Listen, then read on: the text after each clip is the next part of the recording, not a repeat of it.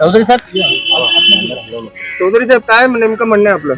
नाही, आपल्या सर्वांना माहिती आहे, काही दिवसापूर्वी ज्या नराधमांनी बदलापूरमध्ये जे कृत्य केलं त्या नराधमाचं पोलिसांनी एन्काउंटर केल्यानंतर त्याची बॉडी बदलापूरचे लोक दफन करणारा विरोध करतात, कारण तो बदलापूरमध्ये राहतो आणि बदलापूरचे लोक त्या बॉडीला दफन करायला विरोध करतात.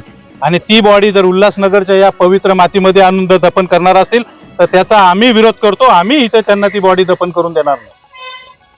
एकंदरीत आता जो या ठिकाणी खड्डा घडलाय, काय नेमकी माहिती आहे, कोणी खड्डा काय? नाही, मी पण आताच आलो, मला माहिती मिळाली फोनद्वारे की असा असा विषय इथे होतोय.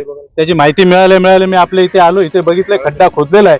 तो खड्डा कोणी खोदला, का खोदला, कशासाठी खोदला याची माहिती घेतोय.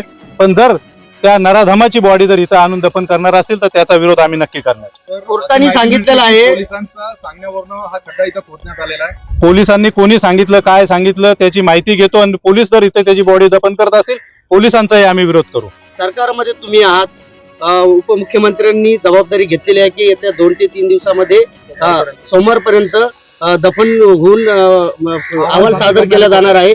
मात्र तुम्ही सत्तेमध्ये आहात आणि विरोध करताय, हे कितपत योग्य वाटतंय आपल्याला? सत्तेमध्ये असतानाही ते बदलापूरला राहत होते.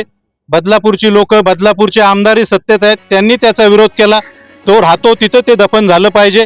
उल्हासनगरमध्ये तो राहत नाही, त्याची बॉडी इथं या पवित्र मातीत दफन केली नाही पाहिजे. अशा नराधमाची जर त्यांची भूमिका ती आहे तर आमची भूमिका पण हीच आहे की नराधमाची या मातीमध्ये ती बॉडी दफन झाली नाही पाहिजे. मात्र बदलापूरमध्ये दफनविधीसाठी जागा नाहीये, त्यामुळे त्या ठिकाणी थोड्या अडचणी येतात सरकारला. बदलापूरमध्ये जागा आहे किंवा नाही हे आम्हाला माहित नाही, पण तिथल्या लोकांनी, तिथल्या स्थानिक आमदारांनी विरोध केलाय हे मला माहिती आहे आणि मी त्या बाबतीमध्ये इथे विरोध करतोय.